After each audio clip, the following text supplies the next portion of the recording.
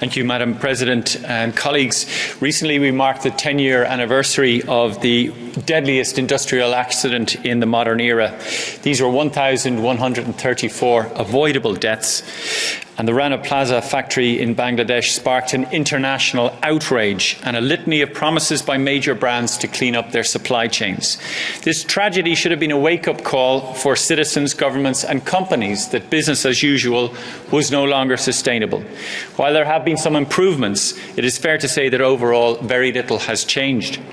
The immediate reaction of global firms was to pledge to clean up their act, and over 200 of them joined the Accord on Fire and Building Safety in Bangladesh, a legally binding pact obliging them to source from Bangladeshi factories that met basic safety criteria. Nevertheless, this still left many holes on labour rights and environmental protection.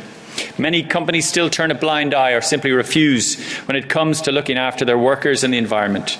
Even in Ireland, many of the largest Irish companies score poorly when it comes to what is known as corporate due diligence and human rights policies. A 2021 report from Trinity College Dublin found that 34% of publicly listed companies scored 0 against human rights due diligence indicators. 72% failed to disclose whether they assess salient risks and impacts. The pressures of the garment industry, the lack of regulation and the decision or omission of many large companies to inquire into their supply chain directly has led to these type of accidents around the world. Irish and European companies have enormous leverage over many of their suppliers and subcontractors.